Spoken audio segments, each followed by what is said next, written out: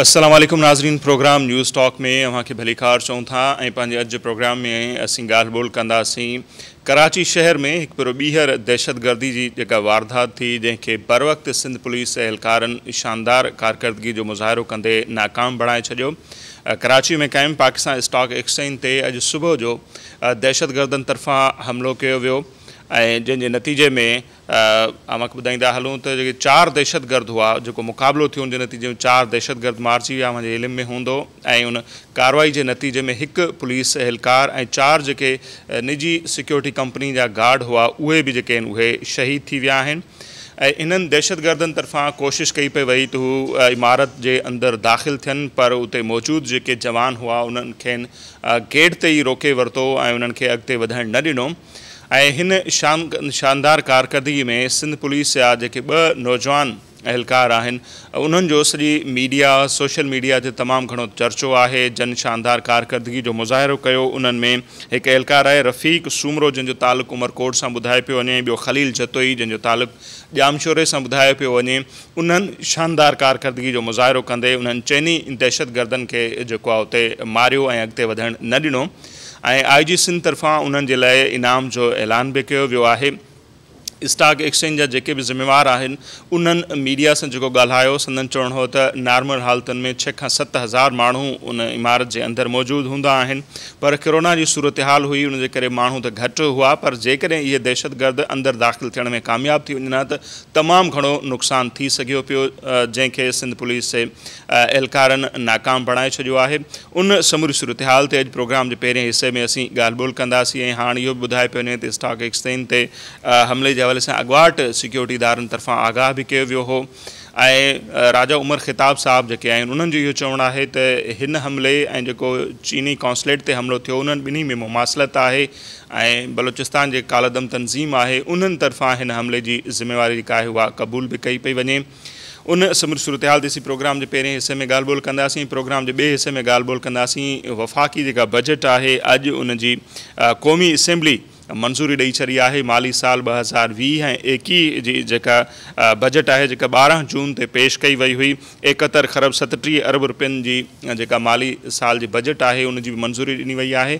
Opposition तरफ़ां सख़्तु एहतिजाज बि कयो वियो ऐं अपोज़िशन जो इहा दावा हुई त हू बजट मंज़ूरु करणु न ॾींदा, पर अॼु जेका बजट मंज़ूरु थी आहे सो प्रोग्राम जे ॿिए हिसे में पाण उन ते बि ॻाल्हि ॿोल कंदासीं।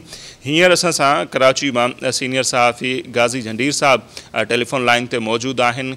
क्राइम जी जेका ही बीट आहे उनखे सुठे अंदाज़ सां उहो कवर कंदा रहनि था ऐं पाण सीनियर जर्नलिस्ट आहिनि। तमामु घणी महिरबानी गाज़ी साहब, मां टाइम ॾिनो।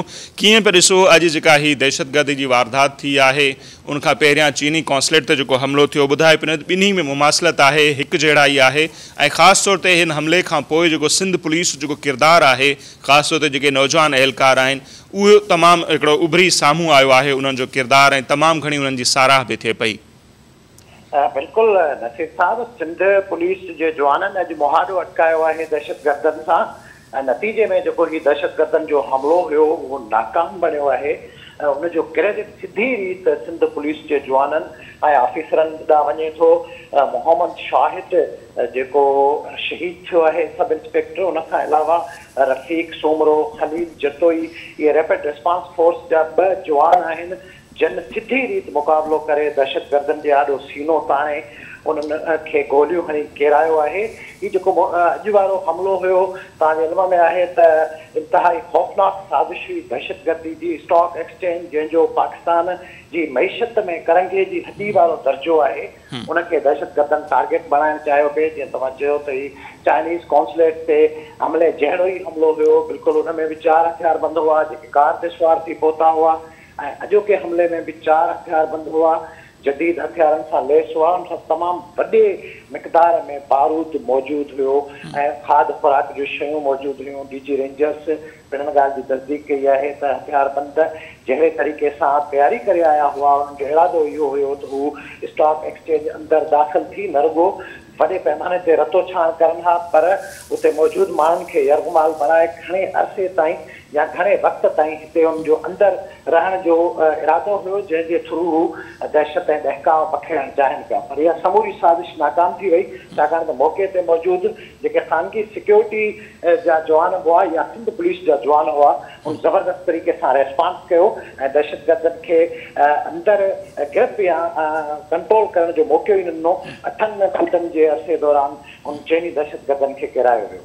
सही त हिन वाक़े ते पाण वधीक ॻाल्हाईंदासीं जेको सिंध पुलिस जी कारकर्दगी ते तनक़ीद थींदी आहे, ख़ासि तौर ते ॿियनि ज़िलनि मां जेकॾहिं के एहलकार ऐं ऑफिसर ईंदा आहिनि, कुझु जेके तासुबी माण्हू आहिनि उहे बि एतिराज़ कंदा आहिनि, त अॼु उन्हनि खे बि हिकिड़ो जवाबु ज़रूरु मिली वियो हूंदो त सिंध पुलिस जा जवान जेके आहिनि उहे कंहिंखां बि घटि न आहिनि। गाज़ी साहिबु गॾोगॾु अव्हां खां इहो बि सम्झणु चाहींदासीं त इहे बि ख़बरूं हलनि पियूं त को अॻुवाट इतला बि हो इदारनि जे तरफ़ां त इहो हमिलो थी सघे थो।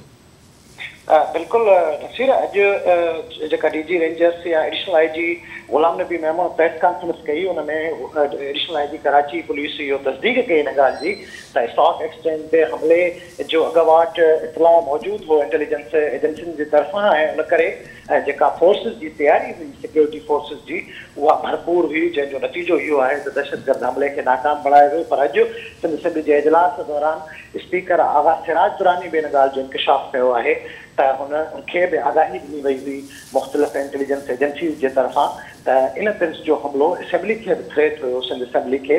यकीनन हीउ जेको थ्रेट अलर्ट्स आहिनि उहे जारी थींदा रहंदा आहिनि ऐं हिन क़िस्म जा मुख़्तलिफ़ अटैम्प्ट्स पहिरियां नाकाम बि थींदा रहंदा आहिनि प्री मैच्योर स्टेज ते, पर हिन क़िस्म जो जेको मुहादो आहे सिंध पुलिस जे जवाननि जे तरफ़ां, जीअं तव्हां सवेर चयो त हिते पहिरियां इहा तनक़ीद बि थींदी रही आहे त हुन ज़िले खां हिन ज़िले में या सिंध जे ॻोठाणे इलाइक़नि खां कराची में पुलिस जे जवाननि या ऑफिसरनि खे छो थो घुरायो वञे। पर अॼु ही जेके धरती धणी पुलिस जा जवान हुआ उन्हनि साबित कयो आहे पंहिंजो पाण मल्हाए त हू हिन धरती जा धणी आहिनि ऐं पाकिस्तान जा सचा सिपाही आहिनि।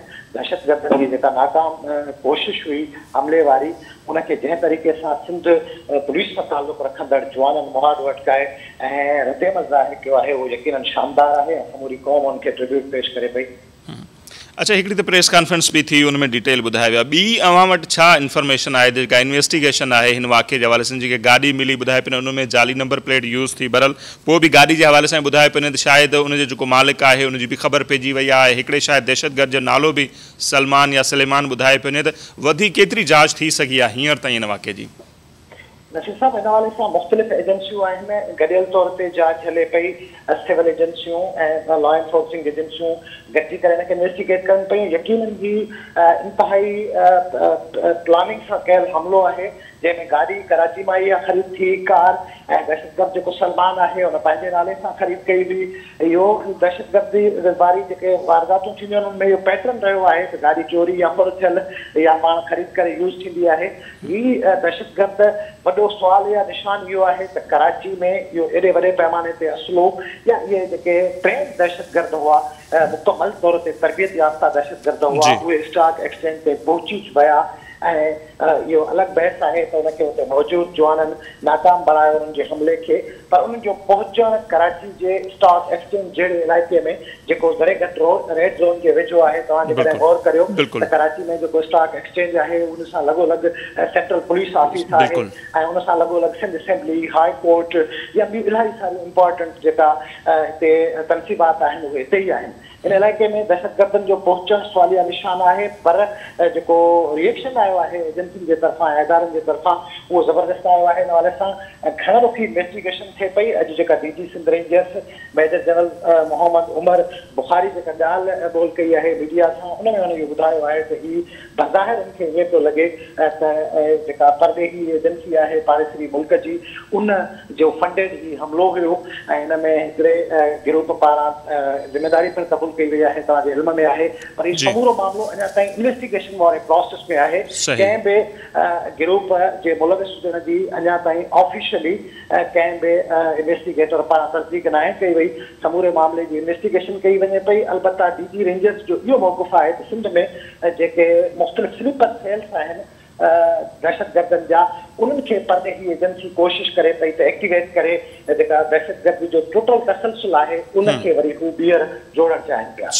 तमामु घणी महिरबानी गाइद साहब, मां टाइम ॾिनो। गाज़ी झंडीर साहब हींअर असां लाइन ते हुआ, हुनजी ॻाल्हि ॿोल मां ॿुधी। बिल्कुलु मुख़्तलिफ़ रुखनि खां हिन वाक़े जी जांच थिए पई। बहरहाल ही जेके वाक़िया आहिनि उन्हनि सां साबित इहो पियो थिए त जेके धुरियूं आहिनि उन्हनि खां खोड़ अहिड़ियूं धुरियूं आहिनि जिन खां हिन मुल्क जो ख़ासि तौर ते सिंध सूबे जो जेको अमन आहे, अमन मान वारी सूरत हाल जेका डिघे अरसे खां तमामु बहितर रही आहे, उहा बर्दाश्त न पई थिए।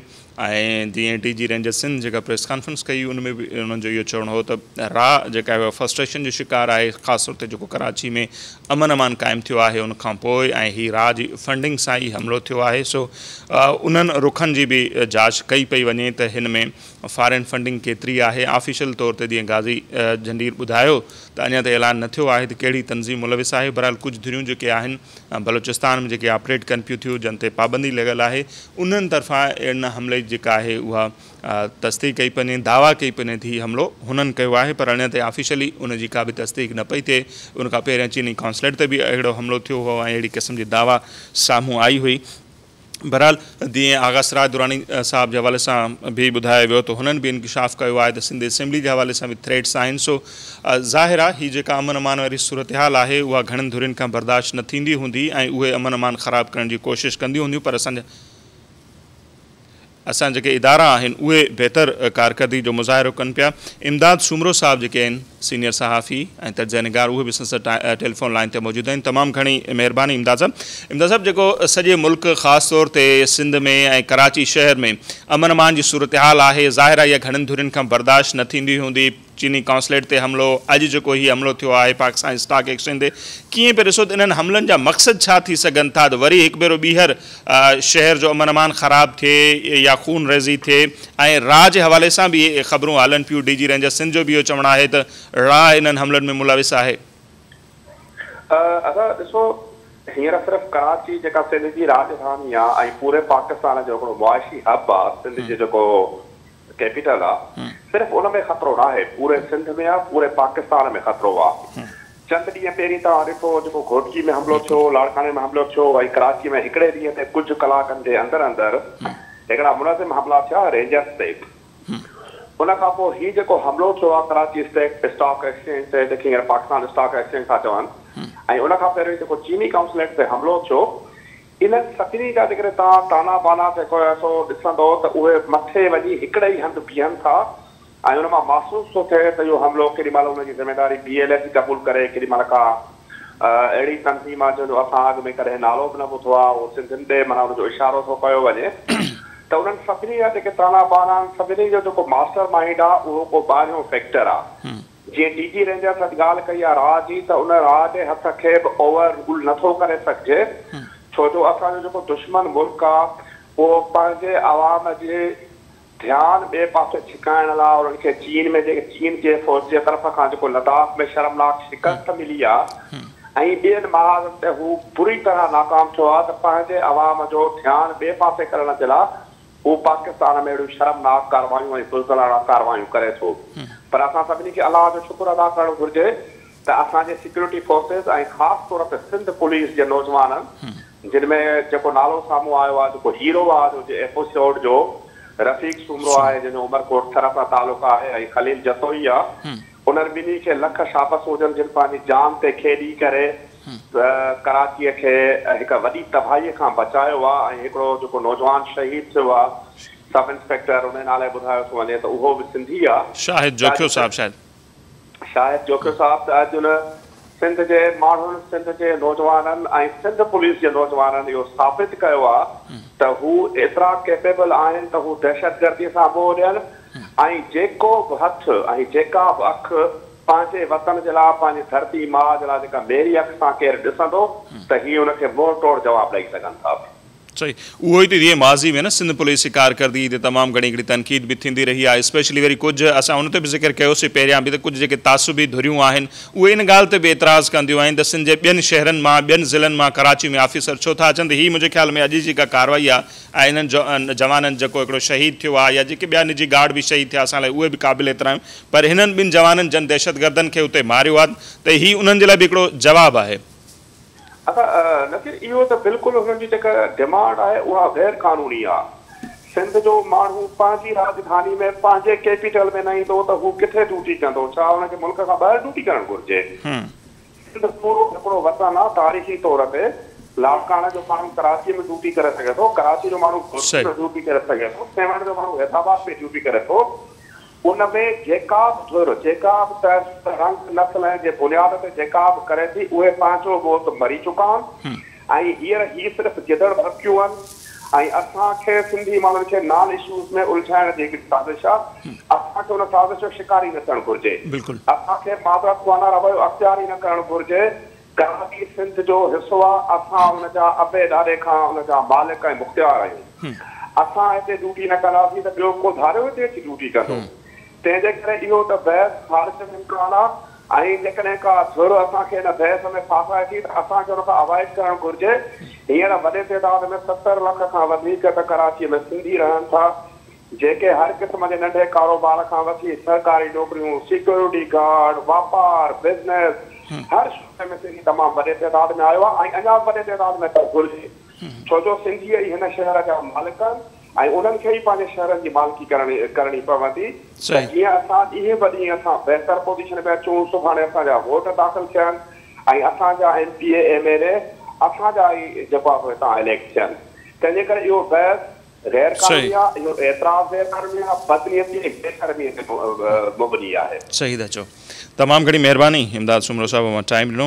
बिल्कुलु इहे ॻाल्हियूं असीं मुख़्तलिफ़ प्रोग्रामनि में कंदा रहिया आहियूं, पर अॼु जेको पंहिंजो प्रोग्राम आहे ख़ासि जेको फोकस आहे उहो पाकिस्तान स्टॉक एक्सचेंज ते थियल जेको हमिलो आहे उन ते ॻाल्हायूं पिया। त हिन हमले खे जेको नाकाम बणायो वियो सिंध पुलिस जे एहलकारनि, उन्हनि खे असीं ट्रिब्यूट पेश कयूं पिया ऐं गॾोगॾु असांखे अञा वधीक जेके असांजा कानून लागू कंदड़ इदारनि जा एहलकार उन्हनि खे वधीक एक्टिव रहणु खपे, छाकाणि थ्रेड्स मुख़्तलिफ़ ॿिया बि मौजूदु आहिनि ऐं उहे धुरियूं जेके नथियूं चाहिनि त पाकिस्तान में अमन अमान जी सूरत हाल बरक़रार रहे, उहे ईंदड़ ॾींहंनि में कुझु वधीक जेके आहिनि उहे कार्रवायूं बि करे सघनि थियूं। उनजे करे ज़ाहिर आहे असांजा इदारा त ॾींहुं राति उन ते कमु कनि था, पर अञा वधीक बहितर कमु करण जी ज़रूरत आहे। ऐं अॼु जो जेको हीउ वाक़ियो आहे, ख़ुदा न ख़ासा जेकॾहिं हीउ माण्हू अंदरि दाख़िल थी वञनि हा इमारत में, तमामु घणो नुक़सानु थी सघियो पिए जंहिंखे नाकाम बणायो वियो आहे। ऐं हिन हमले जा जेके आहिनि हाणे त ऑफिशियली लेवल ते DG रेंजर्स तरफ़ां बि इहो चयो वियो आहे त जी जेके फंडिंग आहे उन सां ई हमलो थियो आहे ऐं उहे धुरियूं जेके आहिनि उहे नथियूं चाहिनि त पाकिस्तान में अमन थिए ऐं कराची में जेको अमन आहे उन जे करे उहे इदारा जेके आहिनि उहे फ्रस्ट्रेशन जो शिकार आहिनि। सो उन ते असीं ॻाल्हायूं पिया। हींअर दिफ़ाई तज्ज़िया निगार आहिनि सैयदा कंवल ज़हरा साहिबा, उहे भी असां सां टेलीफोन लाइन पे मौजूद आहिनि। सैयदा कंवल ज़हरा साहिबा, आप किस तरह देखती हैं पाकिस्तान के माशी हब है कराची और वहाँ पर भी जो माशी हब है पाकिस्तान स्टॉक एक्सचेंज, उसको दहशतगर्दों ने आज निशाना बनाने की कोशिश की, अल्हम्दुलिल्लाह हमारे जवानों ने उनको तो नाकाम बना दिया उस हमले को। तो इस हमले को आप किस तरह देखती हैं, इसकी अहमियत और ख़ास तौर पर वो जो राह के साथ इसके ताने बाने मिलाए जा रहे हैं, तो वो चाहते हैं कि पाकिस्तान का अमन हम ख़राब करें, जो मुल्क दुश्मन अनासिर हैं उनको आज तो शिकस्त मिली है लेकिन आइंदा भी हमें चौकन्ना रहना चाहिए, या आज के इस हमले को आप किस तरह देखती हैं? जी वालेकुम अस्सलाम, बहुत शुक्रिया। पहली बात तो ये कि पूरे पाकिस्तान को आपके प्लेटफॉर्म की तवज्जो से मैं ये मुबारकबाद पेश करना चाहूँगी कि माशाल्लाह जिस तरीके से हमारे जवानों ने पुलिस और रेंजर्स की मुश्तरका कार्रवाई की, जिस तरीके से हमने अपने दुश्मनों को तहस किया है, ये कोई नई बात नहीं है। माशाल्लाह पाकिस्तान आर्मी है या पाकिस्तान पुलिस है या पाकिस्तान रेंजर्स है, तो उसने हमेशा एक बेहतरीन धरती के बेटे होने का सबूत अदा किया है और यही सिलसिला हमने आज भी देखा। महज 8 मिनट के मुख्तसर कलील मुद्दत में जिस तरीके से हमारे जवानों ने माशाल्लाह से वतन दुश्मनों को तहस किया, उनको निशान इबरत बनाया है, वो बात वही बेहतरीन है और ऐसा कुछ पहली मर्तबा नहीं हुआ है। माशाल्लाह पाकिस्तान के ये धरती के बेटे हमेशा इस किस्म की बहादुराना कार्रवाई करते आए हैं और बुज़दिलों को हमेशा तहस करते आए हैं। जहाँ तक ताने बाने की बात है जनाब, तो मैं ये कहना चाहूँगी कि लद्दाख में जिस तरीके से चाइना घुसा हुआ है, वो बात माशाल्लाह हर एक को पता है, हर एक जानता है कि जिस तरीके से चीन ने भारत को टफ टाइम दिया हुआ है और भारत उसको मानने से काफिर है, मगर दुनिया तो सब कुछ दुनिया पे हकीकत आया है कि वो कैसे घुटने टेक चुका है चीन के सामने। 1962 में भी हमने यही सूरत हाल देखी। अब वो जिस तरीके से अब वो अपने हिल्ले बहाने कर रहा है, देख रहा अपना फेस सेविंग के लिए सूरत हाल कर रहा है, मगर वो फेस सेविंग की जब सूरत हाल करने की कोशिश जब 27 फरवरी को कोशिश की 2019 में, वो भी आपने देखा कि मोदी ने अपने अवाम को ये दिखाना था कि जनाब हम कितने बहादुर हैं, और उसने अपने जहाज भेजे पाकिस्तान, और वो दोनों के दोनों जहाज गिरा दिए हमारे जवानों ने माशाल्लाह। और उसके बाद उसको चाय की प्याली पिला के खैर सगाली के तौर पे हमने रुखसत किया। ये पाकिस्तान का बड़ा दिल भी पूरी दुनिया ने देखा। आज हमने जिस तरीके चारों उनके दहशतगर्दों को हमारे जवानों ने माशाल्लाह तहत किया, ये सूरत हाल भी पूरी दुनिया ने देखा है। पता चल गया पूरी दुनिया के कौन है जो दहशतगर्दी करवाता है और कौन है जो दहशतगर्दों को, अपने मुल्क को दिफा के खातिर दहशतगर्दों को तहत करता है, कौन है जो दहशतगर्दी का पैगाम देता है और कौन है जो अमन का पैगाम्बर है। जी सही। तो आने वाले दिनों में किस तरह देखती हैं सैयदा कमल ज़हरा साहिबा के थ्रेड्स तो अभी भी हैं मुख्तलिफ जगहों के हवाले से जो हसास हैं, जाहिर सी बात है आज तो उनको नाकाम बना दिया गया है, तो वो जो नहीं चाहते कि पाकिस्तान में अमन मान की सूरत हाल हो, तो आने वाले दिनों में भी इस तरह के थ्रेड्स होंगे, जाहिर सी बात है। तो हमारे इदारों को, हमारी आवाम को किस तरह चौकन्ना रहना चाहिए या मजीद क्या करना चाहिए?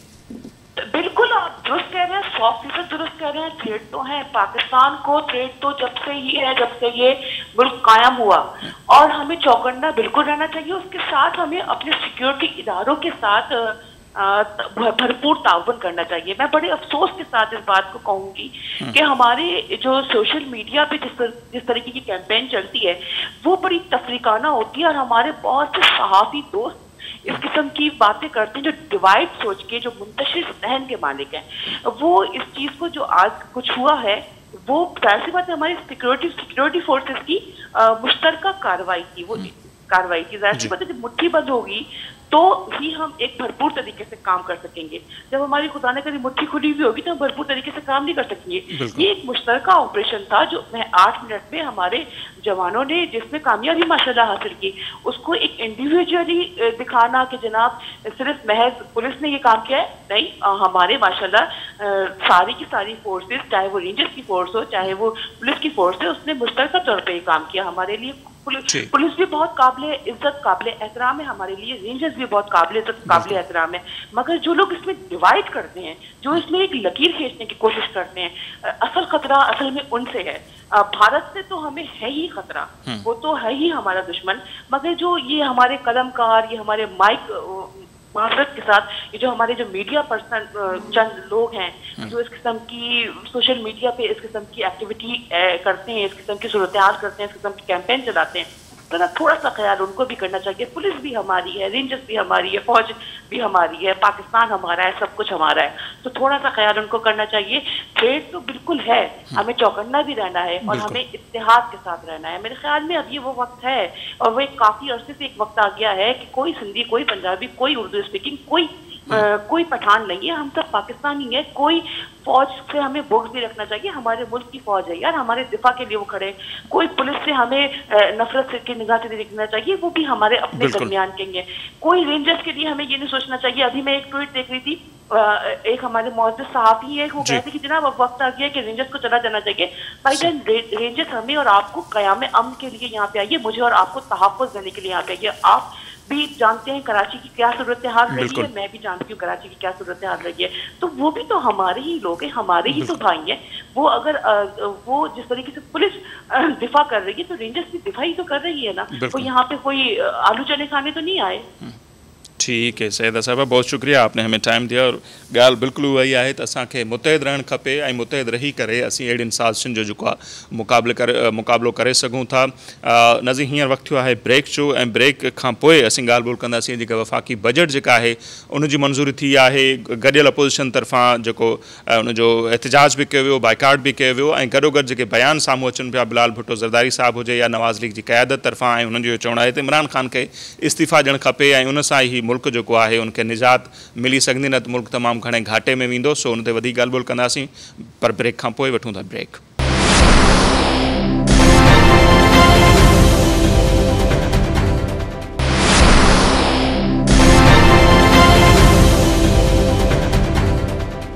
जी नज़ीर उन ते ही पाण वधी ॻाल्हि ॿोल कयूं था। पाकिस्तान पीपल्स पार्टी जा सीनियर अॻवान मौला बख़्श चांडियो साहब असां सां लाइन ते मौजूद आहिनि। मौला बख़्श चांडियो साहब, तमामु घणी महिरबानी अव्हां जी। कीअं पियो ॾिसो चांडियो साहब, अॼु तोड़े जो ही ॿी वफ़ाक़ी बजट जेका आहे माली साल 2020-21 जी PTI जी हुकूमत मंज़ूर कराई आहे ऐं अॼु उन्हनि वटि घुर्बल तादाद बि कोन हो। 172 माण्हू घुर्बल हुआ पर 160 माण्हू आया। उन्हनि जा इतिहादी उन्हनि खां नाराज़ आहिनि। गॾोगॾु बिलाल साहब जो जेको बयानु आहे उन्हनि जो इहो चवणु आहे त ख़ान साहब जो वधीक अरसो हुजणु क़ौम जी सिहत ऐं मुल्क जी मईशत लाइ ख़तरो आहे ऐं उन्हनि खे इस्तीफ़ा ॾियणु खपे। सो हालतूं केॾांहुं वेंदे अमी ॾिसो पिया मुल्क जो साईं? अदा लठ जी हुकूमत आहे, जमहूरी हुकूमत कोन्हे, सियासी हुकूमत कोन्हे, लठ जी हुकूमत आहे। हिन में न कोई पुछण वारो न कोई नोटिस वठण वारो। सियासी हुकूमत जी हर ॻाल्हि जो नोटिस, हिन खे का ख़बर कान्हे। न जेको ॻाल्हाए थो न पाण खे थी ख़बर पए। गुज़रा हिकिड़ी ॻाल्हि था कनि।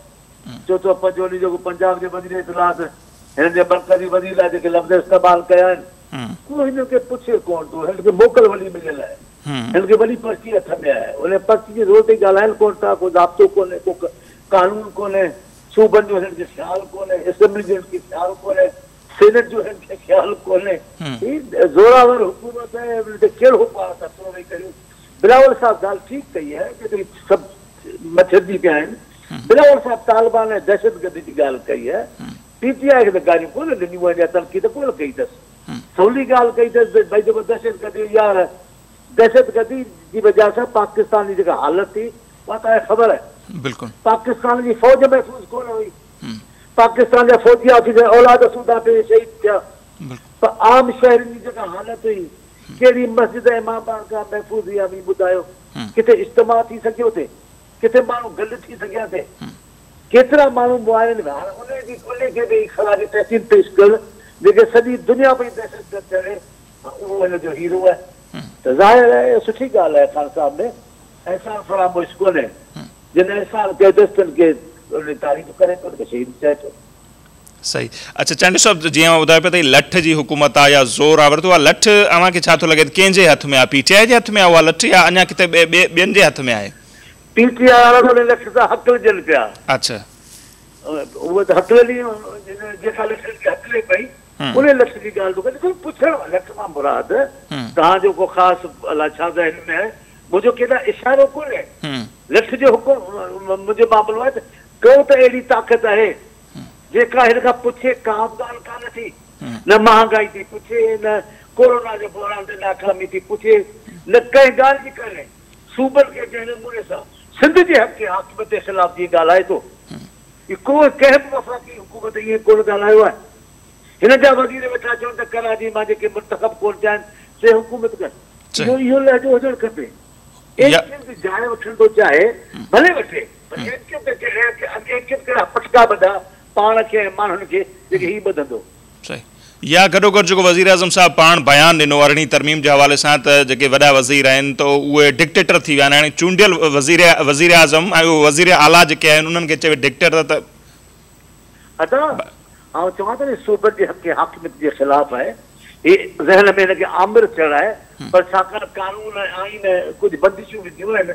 बदकिस्मती सां ज़ियाउल खां पोइ पीपल्स पार्टी जी हुकूमत जी जेको आइन बहाल कयो, जेका 18 तरमीम रखी, उन में हिन खां बि जेके ज़ियाउल खे न चाहिनि उहो ॾिसी कोन पियो सघे। हाणे टेकुनि ते ऐं लखनि जे आसरनि ते पाण हलाए वेठो। ख़्वाहिश उहा ई अथसि ज़ियाउल वारी, मुशरफ वारी। पर मुंहिंजे ख़्याल में हिन वक़्तु इहा ख़्वाहिश पूरी कान थींदी। ज़ोरी ख़्वाहिश पूरी करे पियो त मुल्क जे सूबनि जी जेका तल्लुक़ मर्कज़ आहे उहो अञा बहितर कमज़ोर थींदो। सही। अच्छा चांडियो साहब, जेका गुज़िरियल ॾींहुं प्रेस कॉन्फ्रेंस कई गॾियल अपोज़िशन तरफ़ां, ख्वाजा आसिफ बि हो, बिलाल भुट्टो ज़रदारी साहब बि हो, उनमें बिलावल साहब चयो त शहबाज शरीफ़ जे सिहतयाब थियण जो इंतज़ारु कयूं पिया, पोइ ऑल पार्टीज़ घुरायूं पिया ऐं गॾोगॾु ख्वाजा आसिफ जो इहो बि चवणु हो त हुकूमत जेको आहे हिसाब किताब वठण जो वक़्तु बि अची चुको आहे ऐं समूरा आइनी रस्ता असीं इस्तेमालु कंदासीं। त अपोज़िशन छा पई सोचे उन तरफ़, कहिड़ा रस्ता मुंहिंजे ख़्याल में बिलावल साहब उहा ऑल पार्टीज़ कॉन्फ्रेंस वारी उहा सभिनी क़बूल कई आहे। गॾिजी वेही ही फ़ैसिलो कंदा इंशाअल्लाह ताला। पर मुल्क हर माण्हू सम्झे थो त मुल्क जे हालतुनि में केरु किरदारु अदा कंदो आहे, जो सॼो ही माहौल ठहंदो आहे। मुंहिंजे ख़्याल में जेके पैदा कंदा आहिनि सही पूरो कंदा आहिनि, इहो दुनिया जो दस्तूर आहे। जेके आणींदा आहिनि से घर में माणींदा आहिनि। ऐं आउं त उन्हनि सभिनी इदारनि खे, सभिनी माण्हुनि खे जिनके पाकिस्तान में वफ़ाक़ अज़ीज़ है, तिन सभिनी खे अपील थो कयां त हिन जो नोटिस वठो। ही रुगो सिंध सां ज़्यादती कान्हे, सॼे पाकिस्तान सां ज़्यादती आहे। सिंध जे मामले ते हेॾी लातलुकी रूलिंग जी हुई, हुनजा रूलिंग जी कोन्हे, रूलिंग थी हुई। त ही त कहर आहे, ही त अलॻि ऐलान जा वज़ीर बि था ॻाल्हाइनि असां ते सिंध ते, सिंध जी वहदानियत जे ख़िलाफ़, सिंध जे हक़ हाकिमियत जे ख़िलाफ़। की ये माण्हू बर्दाश्त कंदा? ही एमक्यू जो ॿियो रूप थी आयो, इहो माण्हू क़बूल कोन्हे। सही। अच्छा, आख़िर में मुला बख्शाणी साहब खां इहो सम्झणु चाहींदे, सेनेट में त अपोजिशन जेका आहे उनजी अक्सरियत आहे, ऐं सभु हुते वेठा आहियो त ही बजट क़ौमी असेंबली मां त मंज़ूर थी वई, सेनेट मां बि ईअं ई लॻे थो त मंज़ूर थी वेंदी। जीअं फैसल वाडा जो सेनेट जे सची ॻाल्हि आहे, सेनेट खे जीअं हुजणु खपंदो बाख़्तियार, ईअं सेनेट बाख़्तियार कोन्हे। बजट के मामले में सिर्फ सिफारिशूं ॾेई सघंदी आहे, सिफारिशूं तरतीब असेंबली खे उभारे छॾियूं, बसि एतिरो कमु आहे। बजट पास करण में हिन जो सेनेट जो को रोल हुजे त हिन जी वधीक अहमियत थी वञे न। सेनेट खे त हिनखे ताक़तवर करणु खपे, सेनेट सूबनि जो नुमाइंदो ऐवान आहे, पर बदकिस्मती सां सेनेट खे का बि अहमियत कोन था ॾियनि। ठीकु आहे चांडू साहब, तमामु घणी महिरबानी, अवां टाइम ॾिनो। मौला बख्श चांडू साहब जो ॻाल्हियूं अवां ॿुधियूं। क़ौमी असेंबली मां बजट जी मंज़ूरी थी आहे, तोड़े जो जेको घुर्बल तादाद हो 172 वारो, उहो बि PTI हुकूमत वटि पूरो न हो, 160 उन्हनि जा मेंबर हुआ।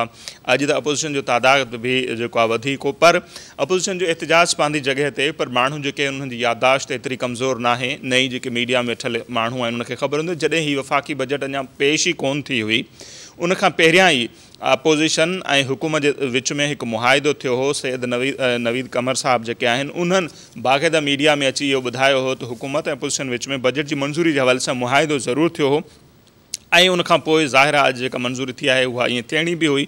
सो एहतिजाज पंहिंजी जॻह ते, पर बजट खां पहिरियां ई जॾहिं इन्हनि जी अपोजिशन ऐं हुकूमत जो इताद थियो त उन ते बि काफ़ी माण्हुनि सवाल उथारिया पिया त अञा बजट पेश ई न थी आहे, उन में छा हूंदो, माण्हुनि जे लाइ कहिड़ियूं फैसिलिटीज़ हूंदियूं या न, त हीअ अपोजिशन कीअं थी मुआहिदो करे सघे। बहरहाल उन मुआहिदे जे पुठियां कहिड़ी कहाणी आहे उहा ॿिन्ही पार्टियुनि खे ख़बर हूंदी, ऐं अॼु ई बजट मंज़ूर थी वई क़ौमी असेंबली मां। हाणे सेनेट में उनजी मंज़ूरी थींदी, ऐं सेनेट जी मंज़ूरी खां पोइ सदर साहब जेके आहिनि उन ते सही कंदा, ऐं अहिड़ी रीति माली साल 2020 ऐं 21 जेका बजट आहे उहा लागू थी वेंदी। सो अॼु पंहिंजे प्रोग्राम में मुख़्तसर टाइम में असां कोशिशि कईसीं त कराची में जेको दहशतगर्दी जो वाक़ियो थियो, जंहिंखे नाकाम बणायो वियो, पाण उन ते बि ॻाल्हि ॿोल कईसीं। गॾोगॾु वफ़ाक़ी जेका बजट आहे ऐं जेके बयान साम्हूं अचनि पिया, हाणे अपोजिशन जी जेका इहा डिमांड आहे उहा ॾींहों ॾींहुं तेज़ थींदी पई वञे त वज़ीर आज़म खे इस्तीफ़ा ॾियणु खपे, ऐं ख्वाजा आसिफ़ साहब जो इहो बि चवणु आहे त समूरा आइनी रस्ता इस्तेमालु कंदासीं। पहिरें मरहले में हाणे APC जूं ॻाल्हियूं थियनि पियो, ॾिसणो वियो आहे त उहा ऑल पार्टीज़ कॉन्फ्रेंस कॾहिं थिए पई, उन में कहिड़े क़िस्म जूं तजवीज़ूं साम्हूं अचनि पियूं, ऐं छा गॾियल अपोजिशन उन्हनि तजवीज़ुनि ते अमल कंदी। छाकाणि मौलाना फज़लुर रहमान साहब हिकिड़ो अटैम्प्ट पहिरियां कयो हो, पर गॾियल अपोजिशन उनजो साथ न ॾिनो, जंहिंखां पोइ मौलाना फज़लुर रहमान काफ़ी मायूस बि नज़र आया अपोजिशन जे अॻवाननि जे रवैये मां। सो हाणे इहो ॾिसणो आहे त मौलाना फज़लुर रहमान हुजे, अख्तर मंगल साहब हुजे, नवाज़ लीग हुजे या पीपल्स पार्टी हुजे, या जेके अपोजिशन जूं ॿियूं पार्टियूं आहिनि, उहे गॾियल तौर ते छा हिकमत अमली इख़्तियार कनि थियूं ऐं हुकूमत खे केतिरो टफ टाइम ॾेई सघनि थियूं। सो ईंदड़ ॾींहंनि में पाण उन ते बि ॻाल्हि ॿोल कंदासीं। अॼु जे प्रोग्राम मां असांखे ॾींदा इजाज़त। अल निगहबान।